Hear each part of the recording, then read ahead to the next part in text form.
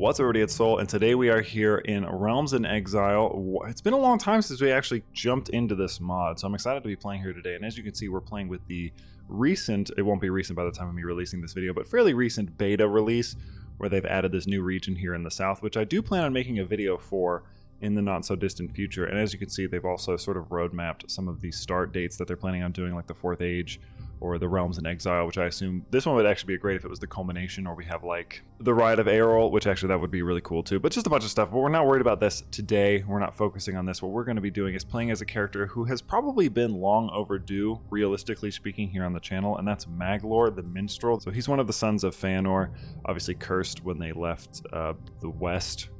You know, there's a bunch of background lore that we could talk about, but I won't. And we'll just read his little text here. If I'm not mistaken, I think he's the only living son left. I guess technically it would be in this time. He doesn't officially die when he throws the Silmaril into the sea, but maybe that'll get brought up throughout his story. I have played this before, but I don't want to spoil anything, so I'm going to be as vague as possible about anything I do know, and I'll just play the part that I don't. I'll try my best to do that anyway. But without further ado, let's just read what we got here. And it is told also of Maglor that he could not bear the pain with which the Silmaril tormented him, and he cast it at last into the sea, and thereafter wandered ever upon the shore, singing in pain and regret beside the waves. He's also, I believe, since he's known as the minstrel, it's probably pretty obvious, but he's like the most musically gifted, and there's a thing called songsmiths with the Noldor. The power of music is obviously very instrumental into the creation of Middle-earth itself. It was birthed out of song, so that's, you know, obviously a very powerful skill to have. And this quote is, "Or so the singers say, yet in truth Maglor has not wandered such for almost an age of the world. Though he remains prone to deep bouts of melancholy and introspection, Maglor has found some measure of peace in the isolation of his brother Maedhros' old fortress. Some of his oldest Noldor followers have found their way back to him, building a simple community removed from the affairs of men or elves. Yet Maglor remains the last ember of the mighty house of Fëanor, and with the right incentive could ignite a fire to light or consume the world." And just as an FYI, I will be trying to reignite the fire to light. I will not be trying to consume the world. I think I play enough evil characters on this channel, and I really want to do this beautiful redemption arc for the House of Fëanor. And if you take a minute to check, you can actually see that he's pretty much on the highest northern spot in the entire map. So we're way up here. And if you just wanted to see with the beta edition, it added all of this territory. The map continues to grow, and if you listen to my dev interviews, you know that they plan on filling out the entirety of the map, like into the whole thing, so you can just imagine how much bigger this will be. I do know that they plan on adding other bookmarks so that you'll feel less pressured to be rushing around trying to deal with this Mordor crisis, because realistically, these people down here are never going to have to worry about this anyway. I mean, not for a while. So I think that it'll give players a lot more incentive to finally just come down here and not feel as, you know, stressed about having to come up there. But anyway, once there were 7, now I am the last, and the folly of youth, despair, love, and rage was an oath sworn which drove us to our ruin. To ill end indeed did come all, we began well. I will not say no good was done, for good was done, yet good does not erase evil, even if it does come of it. For thousands of years I wandered the seashore, lamenting. I can scarcely remember those days, the black pit of despair, a maw which consumed everything. I did not know of the death of my nephew, not until it was far too late, yet my deeds and my oath set me still apart from my people, so I came here to Himring. Here have I dwelled since, despite my best efforts, news of my presence became known, and some of my most foolishly loyal followers came and joined me. We have built a life after a fashion, humble yet peaceful, yet even we hear the words carried on the wind and the seas. The darkness rises anew, and the strength of the free peoples is not what it once was. Dare I act? I can remain secluded no more, is what we're going to click first. I was born among the Eldar children of Eru, the immortal elves. As such, I am not subject to the vicissitudes of mortals. We do not suffer from illness or age.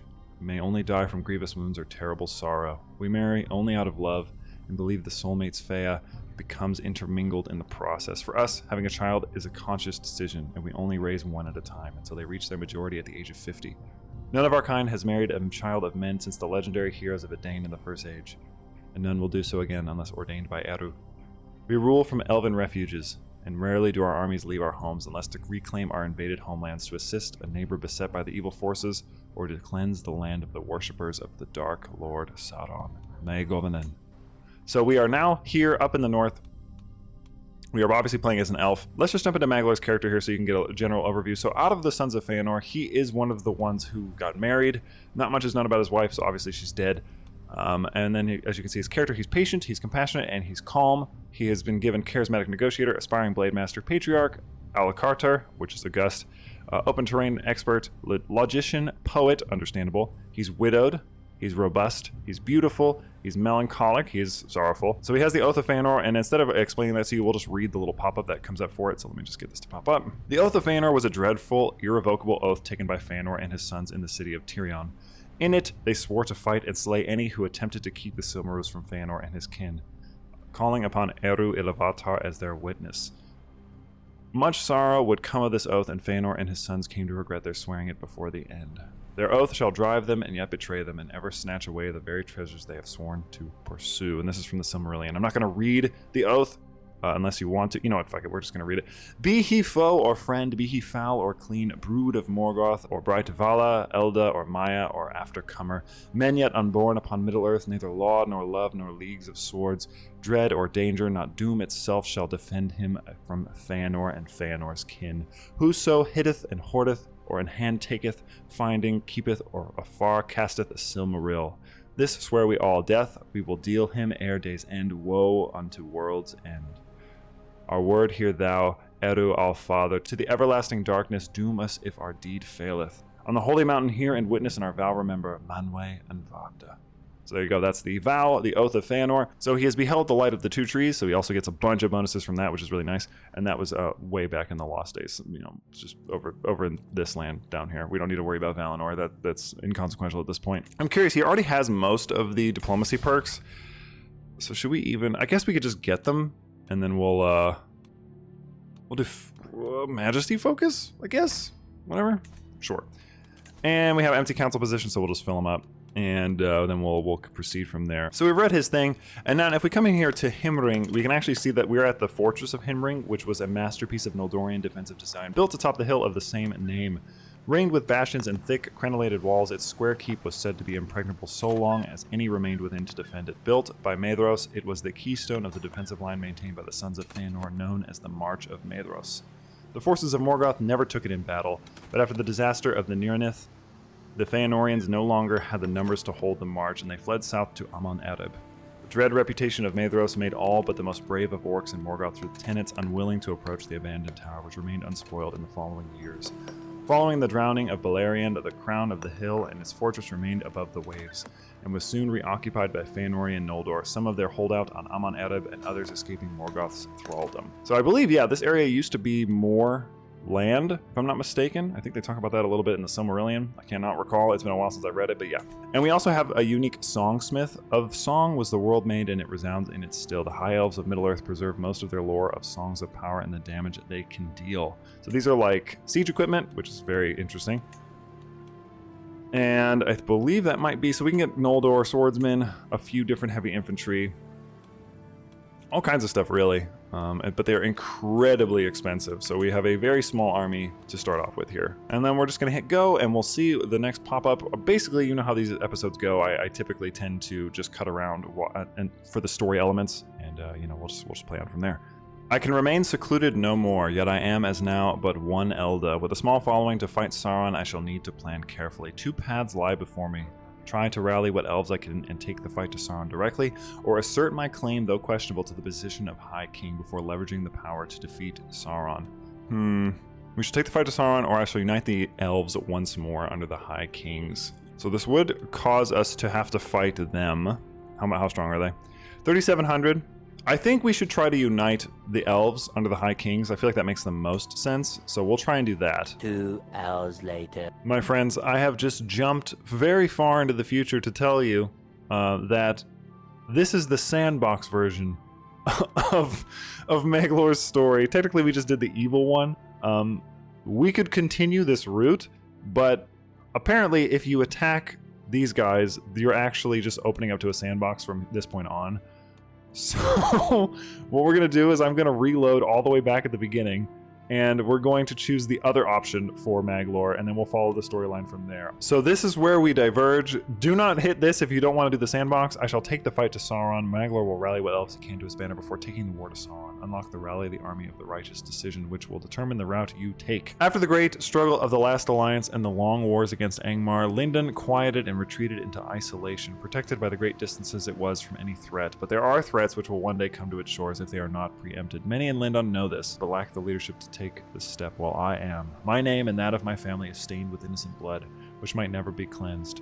But let it not be said we did not try. Let all of Lindon know, if any desire to take the fight to the enemy, to make safe the lands of the free people, rally to the star of Feanor. Death will deal him ere day's ending. Pick a route in which to engage Sauron with. Well, this is interesting. We march to Austin Ethel, which establishes a great alliance to match Sauron, or we move to Ethelond, which the intention to strike as quickly as possible. Let's do this one. The heir of Eregion. There are many threats which have slowly choked the free peoples. The dwarves have lost their great realms of old. The elves are diminished and split apart from each other. To defeat Sauron, we must be united. To unite, these threats must be quelled. Such was my decision. The first step is to cleanse the Misty Mountains and restore the dwarves, our allies of ancient days. There is an obvious place for us to begin this work. Then Eregion, the realm of my nephew Celebrimbor. The ancient ruins of the kingdom have decayed, but with work can be rebuilt. The close proximity to Khazad-dùm makes it an ideal location from which to begin the work of cleansing it. So we set out, leaving behind Himbring and Lindon, marching forth for what may be the final war of the High Elves. Go not quietly into the night. You receive elven warriors. And we are on a journey, actually, so we're leaving. The refuge will no longer be us, and it looks like we're going all the way over here to the Dunlands, right around here. As we traverse the desolate plains, my entourage and I pass near a set of ruins atop a nearby hill, and we stop to rest a moment. Weather-worn columns stand tall and remains of crumbling walls look out. In the center of the ruins remains the road and pathways, and the facades of towers and houses still stand.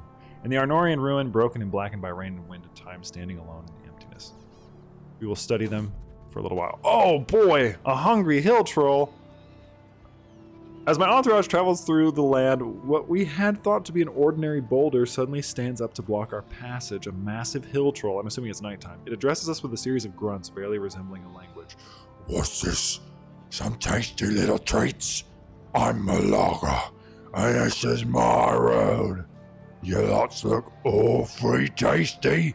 It is clear that it is hungry and intends to fill its belly one way or another. My entourage is clearly terrified of the huge beast and look to me for guidance. Ringling is standing especially close, distracted with a riddle.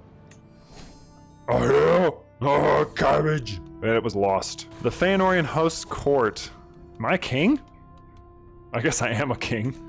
Other matters call to my attention. So the Feanorian host has landed here, and it looks like we just... Oh, we were ruling from Kelimbar? Interesting. Miradarand? How do you say that? Mirdarand? Mirdarand. What? Okay, never mind. We're in Austin Ethel, which has this Miradarand building. The Miradarand Halls of the Jewelsmiths was sometimes considered a city within the city. Located in the Arthalarum district, I think, of Eregion's heart, it was a sprawling palatial complex of libraries, laboratories, debate halls, classrooms, forges, and craftsmen's shops. Many claim that there was never before or since such a gathering of the craftsmen of the Eldar in the Hitherlands, for this was the home of the legendary Gwaith Myrdain. Their halls were open to all aspirants, and it was considered one of the greatest honors to be awarded a place among their number. The Myrdain hosted classes and debates for all who wished to join them, and fostered a vibrant and dynamic intellectual center. It was not uncommon to find apprentices running to and fro, or to find dwarves from nearby Khazad-dùm in its halls. Patronized, established, and led by Celebrimbor himself, the works wrought in these halls are of no less legend than the makers themselves, and created fabulous wealth and prestige for all involved. And before I forget, we actually do have a legendary item on us, which is the Sword of Maglor.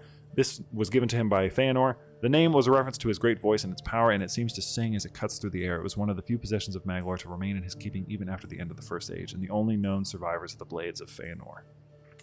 It increases heavy cavalry damage, which kind of leads me to believe that we should probably get some cavalry, although it looks like we actually got a few different hosts, which is cool. But if we can get some Noldor cavalry, that would be pretty solid. They're very expensive, obviously. So we have the option to rebuild this land, which once the jewel of the Eastern Eriador, Austin Ethel, was sacked and destroyed by Sauron in the War of the Elves and Sauron. The land has sat abandoned since then, with none willing to approach the ancient ruin. Now that the land is once more under elven control, the restoration of the city is within our grasp. It will take much labor and treasure, but with effort, Eregion may rise anew. The gates of Khazad-dùm. With the rebuilding of Austin Ethel underway, the time has come to begin probing the depths of Khazad-dùm. I have heard tales on our journey of its great wealth, craftsmen, and ancient friendship with my people. I am joined on the way by a small company of warriors. Many of them are survivors of Eregion who remember the heady days of its height. The western gate we seek is known as the Doors of Durin, and the result of collaboration between elf and dwarf. I am told it will appear when the moon's light shines on it, the result of Ithildin. It is guarded by a riddle and was supposedly a small joke between my nephew and King Durin II.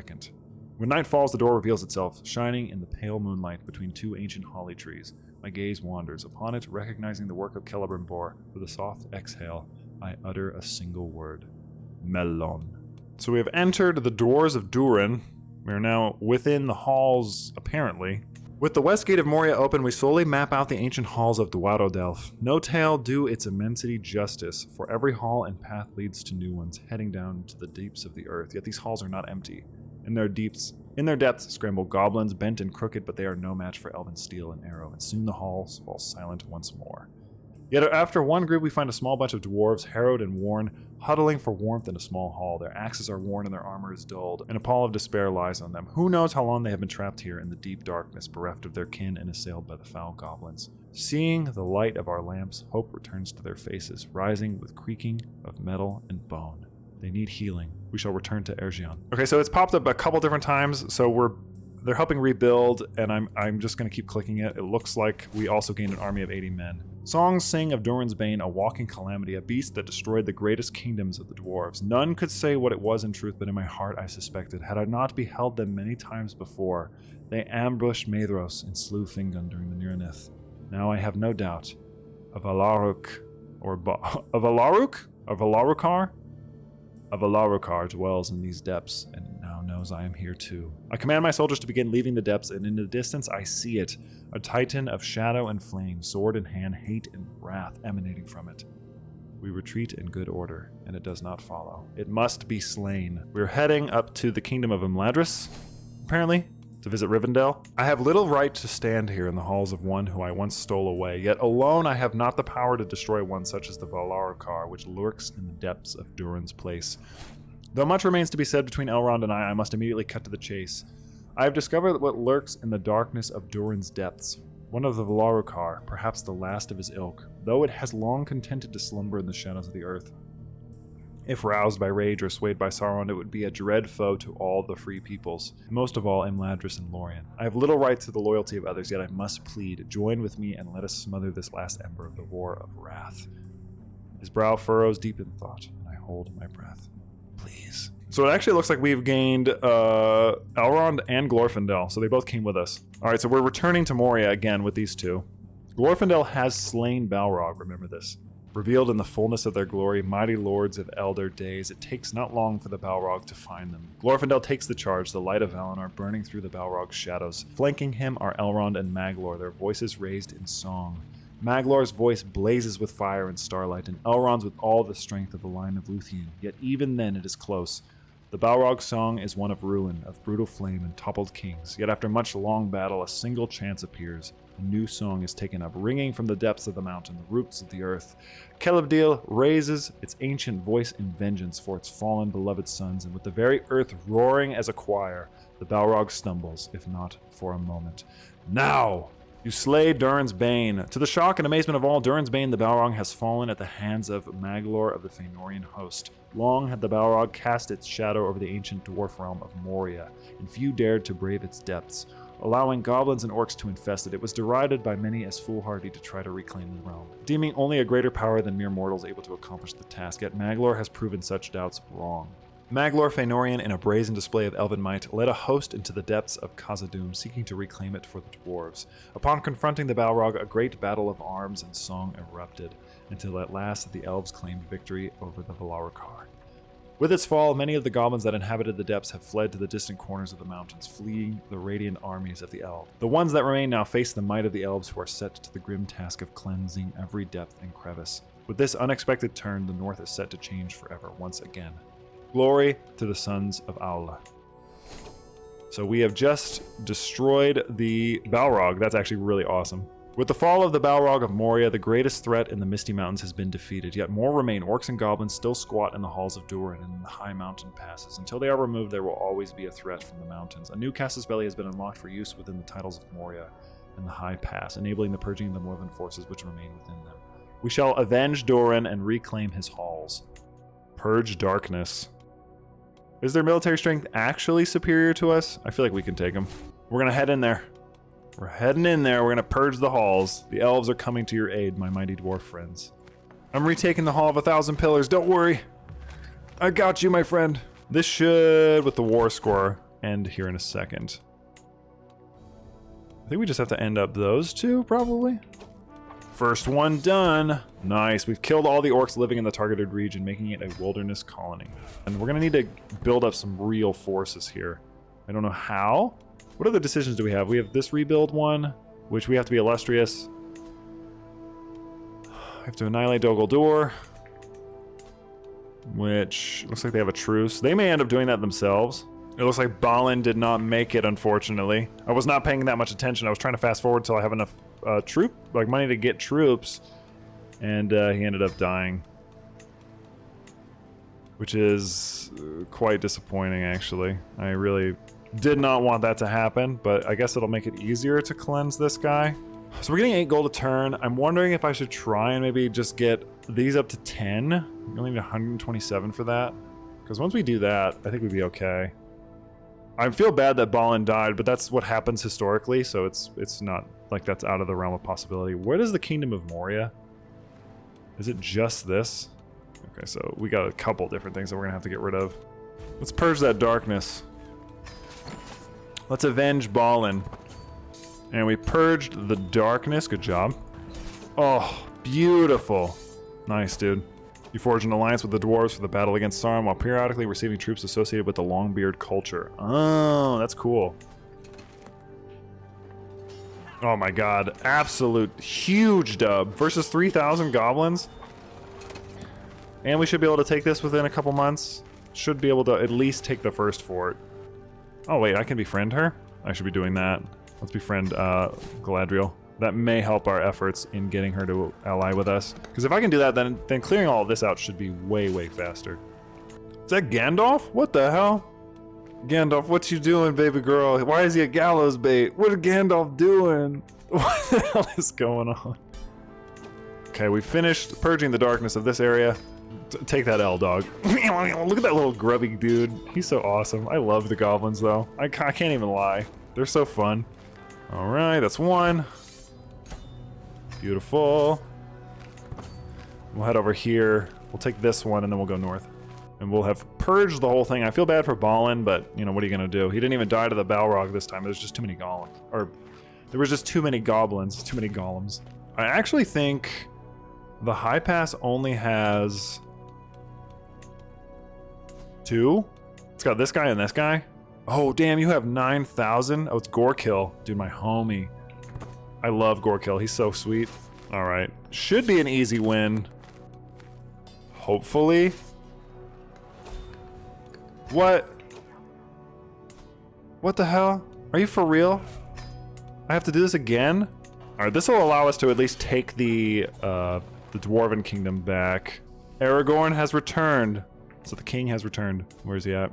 There he is. I've read that before in other videos, so if you want to see me read it, I apologize. I'll read the other stuff as it pops up. I just figured... I did a whole Aragorn video not that long ago, so you've probably already heard me talk about it. And we have purged the darkness, which I think this means that we'll have 2 decisions we can do now. We can... Why can I not? Oh, I have to have 20... I have to have 3,000 gold for that? I thought it was free. Well, we'll reclaim Khazad-dùm, at the very least. Khazad-dùm was the mightiest kingdom of the dwarves in Middle-earth. With the fall of the Balrog, the greatest impediment to the dwarven return to it has been resolved. However, there still remains many goblins and orcs hiding in its depths, or there were. We must cleanse the depths, allowing the Longbeards a safe return to their ancient mansion. Their strength shall be needed in the wars to come. Let the greatest mansions rise anew. Khazad-dùm returns, and this guy is now the new king.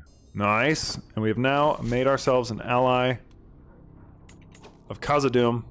So we should be able to quickly retake or attack these 2. And then do the Kingdom of the High Pass as well, which I think annihilate Dol Guldur. No, not yet. I'm not ready to do it yet. So I think what we'll do is we'll try and get rid of Bleeding Ravine first. Oh, it says I can negotiate an alliance with Lothlorien now. Nice. I think what we'll want to do is maybe just, do we want to try and annihilate Dol Guldur? Since the retreat of Aurifer northward, his people slowly abandoned the southern lands of Greenwood the Great. In their wake, darkness crept in until the forest was a place of dread and terror. A dread fortress was raised on the former spot of Amanlanc, known today as Dol Guldur, the Hill of Sorcery, a twisted echo of Tolengoroth. It spreads a blight that stains all of Rovanion, threatening all who dwell therein. We shall wipe out this bastion of the dark and make safe the lands of Rovanion. Oh, we have no Luthien, but this is no Tolengoroth. And also, I think we can arrange I can call him. I became friends with the King of Khazad-dùm. Beautiful, beautiful, beautiful. Let's get Ducal Conquest. Not that I really need it. Alright, we're gonna kick out... Oh, God. Oh, no. I don't think we're gonna win this one, kids. That's a lot of troops.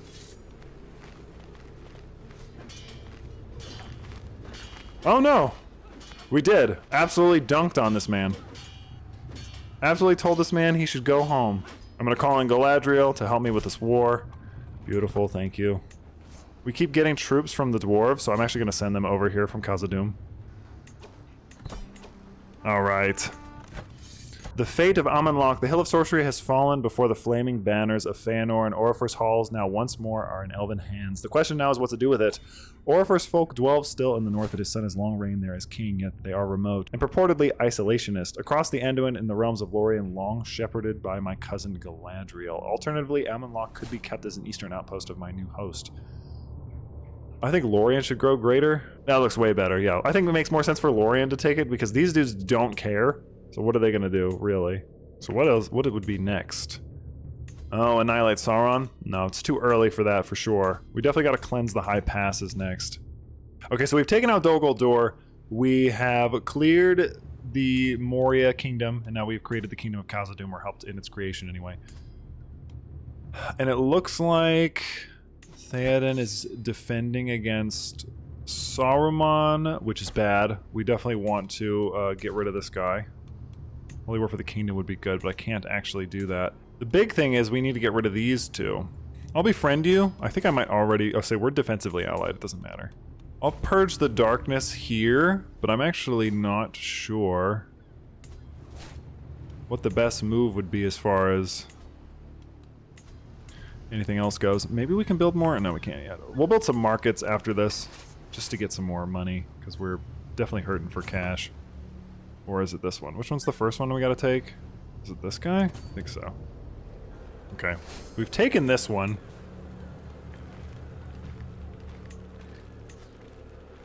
How was Theoden doing? So he's holding out. Cool. This one's done. Purge the darkness. 17 months is over. Don't let him even replenish at all. Get his ass, Feanor. Get donked on. Oof. Absolutely crushed him. Done. And we've purged them. So we have purged most of them. The only one that's actually going to be difficult is this dude, because he is crazy strong. Ooh, who are you attacking? How are you making them into a tributary state? Oh, that's Khazad-dùm over there too? Oh, wait a minute. Is this also Khazad-dùm? Oh, Erebor is its own thing. That's interesting. Okay. I honestly didn't even think of that. I guess Khazad-dùm split with Erebor. This guy's pretty cool. I don't remember him up here. I kind of want to play as this dude. He's pretty sweet. He's like a Rohirrim, but yeah. Interesting. So they're like horse lords.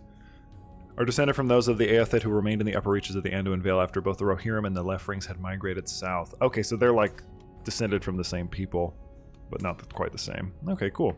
Should we do this one, I guess? Look at all of his gross children. Purge the darkness, and then call in my Lothlorien allies, I guess. We'll attack this one first. Ooh, the March of the Ents. The great powers, ancient in birth and might, have awoken and changed the course of the world. Unlooked for and unexpected from deep within the forest of Fangorn, the ancient Onodrim, known to men as the Ents, have marched to war against Isengard, seeking vengeance against the power-hungry Saruman. In a brutally decisive battle, the ring of Isengard has been torn down, and its pits have been flooded by the river Isen, sending a deluge down the valley when the Ents broke the great dam Saruman had built there. Saruman is now a prisoner within his own tower, and the Ents have hunted down every last of his Uruk-hai in the region, extinguishing the last of his power. The children of Yona have dealt a decisive blow against the darkness this day, a triumph for all that is good in this world. Oh, beautiful. If we take Goblin Town, I think it'll be fine. All right, we're going to take it. Very, very narrowly. They actually have way more troops than I do. Okay. Oh my god, alright. So we've done it. We have cleared it out. Now there is no more. The High Pass is a vital connection between Rovanion and Eriador. Of old, policed by Imladris, in recent history the Valemen under the Bjorlings have taken over this vital duty. Yet even these strong men struggle. To re-establish the link between the two continents, we must purge the goblins from the pass. The pass shall be made safe. Our campaign in the High Pass has not gone unnoticed. Long have the men of the Vale struggled with the goblins and orcs of the mountain, and by their valor was the High Pass still usable by travelers.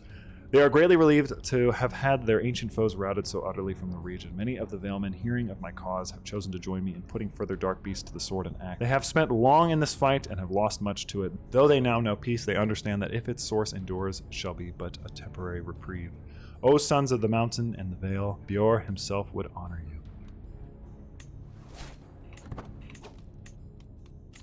All right, we'll make sure we get Diplomat, and then I'll probably end up switching whichever one we have going on here.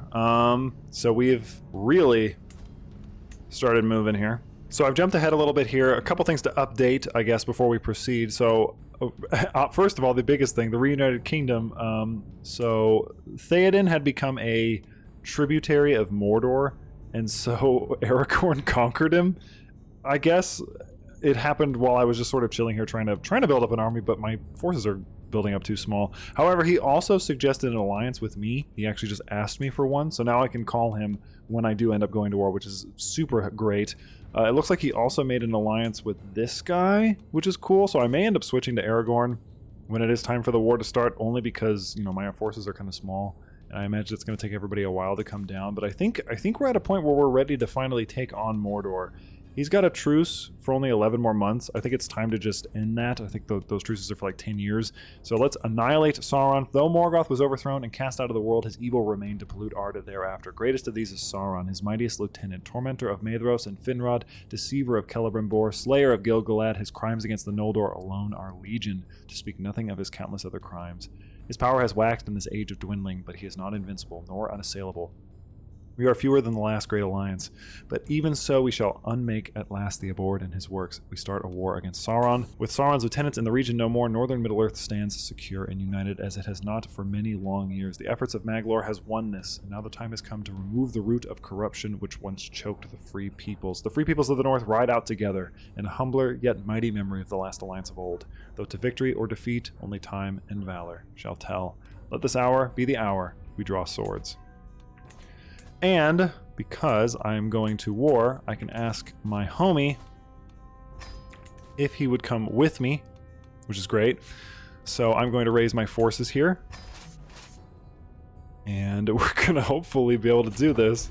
Aragorn is turning around, which is excellent. The only problem is attacking Sauron ever is so hard. If I don't get this to work, I've really enjoyed this as an aside. But just as an FYI, I'm going to probably not be talking too much because I'm going to try and lock in and do this. It's so difficult to do as a baseline anyway, so we'll see how we do. I think first off, the best way to go about this would be to just attack these territories. It looks like Aragorn also has a ridiculously strong army, which is very beneficial to us. We're making good progress, but you know, as soon as that army of Mordor shows up, it gets pretty spicy.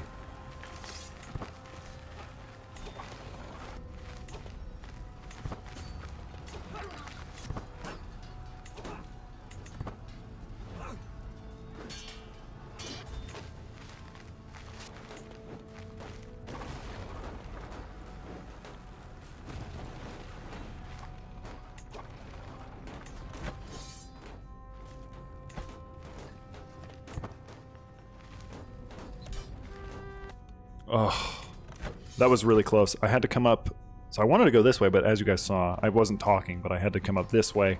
Managed to get it basically by the skin of my teeth. I guarantee you if this battle gets lost, this is going to drop, so I'm just going to hit Enforce Demands, the Song of Flame and Shadow, and in the Dark Tower legend says that a battle ensued such as had not been seen since the elder days, and flame before blackest pit spak before the incarnate of hate, who rose then from his darkest throne and spoke ruinous words of woe, of oaths spoken, youthful days, of blood stained upon the quays. In reply the flame then sung of sorrow and of endless tears, of star set high above all fears, Sorrow deeper than the sea of goodwill turned to ill indeed. Though the tears unending flow, still yet unbound to Lord of Woes, to build anew and mend aright the sorrows born in grief-filled nights. And the shadow sung of falling nights, of oaths betrayed and friends to flight, of shattered halls and rivers of flame, of sorrow and of hate-filled bane. The last of 7 replied, of hate then would never die, of war that would not abate, ere the ending of all days, of love deeper than the earth below, though not of blood truth would show, of the flame which cannot die, through malice smothers all under sky, of embers fanned to flames of war, the rising of the sun of morn. To this the shadow made reply, what flame is this that cannot die? To embers shall fall all flames, as must end the sun each day. The dark within all hearts remain, the truth revealed on bloody quays. Flame of war and hate fanned high, consuming all beneath the sky. Abandoned is the world of men, no power shall avail them then. A gentler song he then did raise, why not build a better way, that this land may yet fair be made, if our hands be joined and not estranged, of order pure and land made great, perfect and in all place. To this did say the dispossessed, to show these lies of hollowness, craftsmen's hands once did join to build a world fair rejoice, yet bloody turned the dream of old, for one soul's greed and tyrant's throne. A rightful king shall keep his own, by their wills, not chains of gold, to order world by common cause, not by whip and savage throng. And this song, flawed and frail, shall be the one which shall prevail. For lo, behold, behind me stand free people from all lands. Hate endures, but so does love, and the flame within shall stir us up. To this no song could make reply, the darkness roaring with a cry. And before the flame which shone, the Dark Lord fell from his high throne. His spirit quailed, his song waned, and in terror he flew away.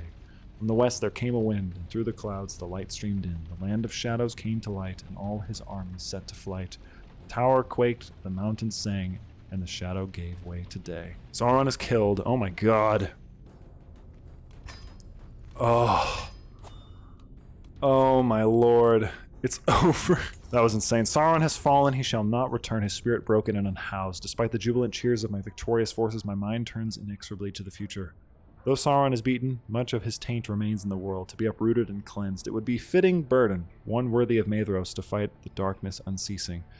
Yet I am not Maedhros. I am Maglor, and I am weary and spent, as a cloth that has grown thin with long years of weather and toil.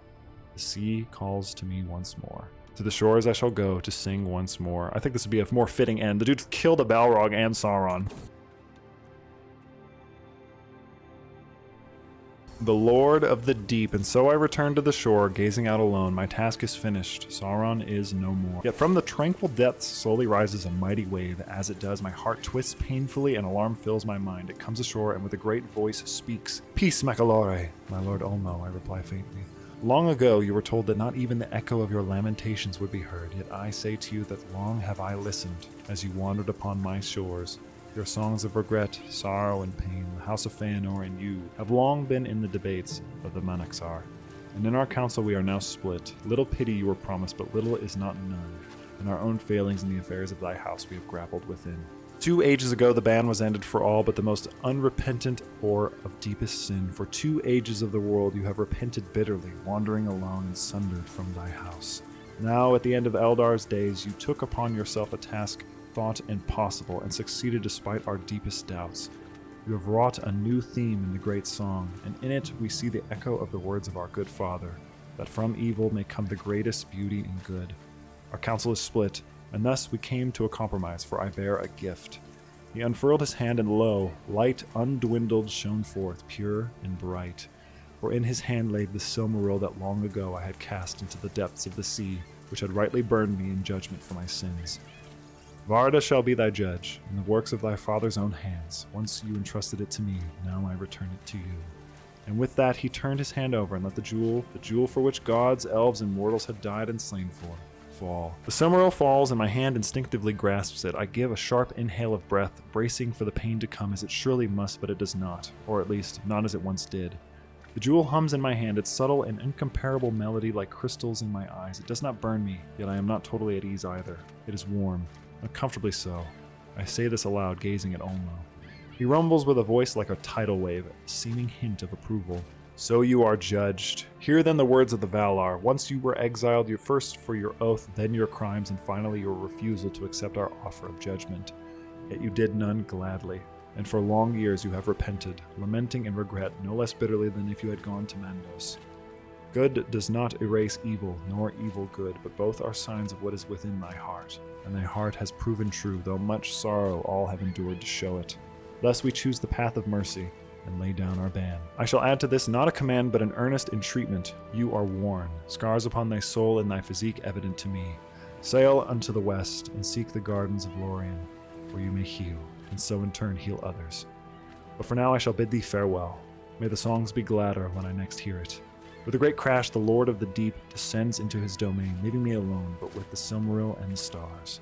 All at once, my weariness crashes down on me like a great burden long ignored. The sea sings to me a song of peace, of mending, of reconciliation, and rightings of wrongs. It is the pride of my father and the laughter of my brothers, my youth that was lost in flames and shadows. Elvenhome lost to time and memory, the smile of my mother, the courage of my sons. I have never desired anything more. Perhaps it is time for the Nol Delante to depart. And here's the Silmaril, one of the 3 Silmarils, gems of immense beauty, crafted of hard crystal substance, Silma as their shell and named after it. They were the masterwork of Feanor. In their heart burned some of the light of Valinor. From the 2 trees after their fall, the Silmarils were the only remaining remnants of the undwindled primordial light.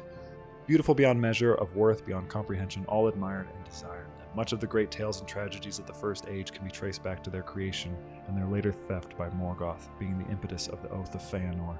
In the end, the 3 were surrendered, one finding its place in the sky, one in the heart of the earth, and the last in the keepings of the water. It is said that in the last days of Feanor shall gather them once more, break them, and by their light restore the 2 trees.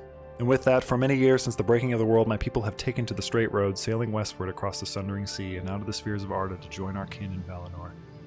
Where I have built a life in Middle-earth, there are still many things for me to do here. I cannot silence the yearning of my soul, calling me to make the great journey west. And so ends the tale of Maglor. I want to thank you guys so much for watching. I will be lying if I didn't say that ending there almost had me tearing up. That was really well written. I'm not sure if I missed anything, but I felt like that was a pretty good conclusion. You know, we slayed the Balrog, we reunited the North, we defeated Sauron somehow. I have no idea how we managed to do that. And we completed the story of Maglor and reunited with the Silmaril and sailed off into the west.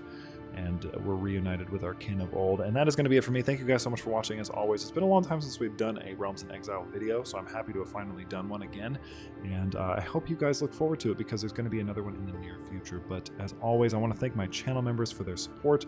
In particular, my Paladin tier members, those being Dwayne the Rock Lobster, Zora Luigi, Dunyo, Valadar, Candriff, and Lacklin. You guys are very much appreciated. But again, I appreciate all of my channel members. And if you would like to consider becoming a channel member, please check out the membership tab on the YouTube page, I guess. But that's going to be it for me. Thank you guys so much for watching. This was quite an adventure, and I will happily see you in the next one.